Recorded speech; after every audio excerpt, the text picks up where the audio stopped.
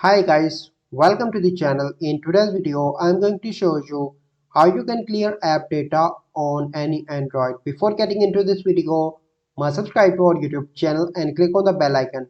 So the first step, you simply need to hold any app, and here you can see an option of app info, and here you can see storage and cache, and then you need to click on clear storage and clear cache and clear storage. But if that option is not available to you, you simply need to scroll down and click on settings, and then you need to go into the app management and go into the app list and search for any app. So I'm going to search here for TikTok, and here you can see the option of storage and cache. Click on that, and the first step, you simply need to clear cache, and after that you need to clear storage.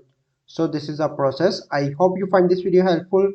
If you find this video helpful, must like this video, subscribe to our YouTube channel for future videos. We'll see you in the next video. Thank you. Have a good day.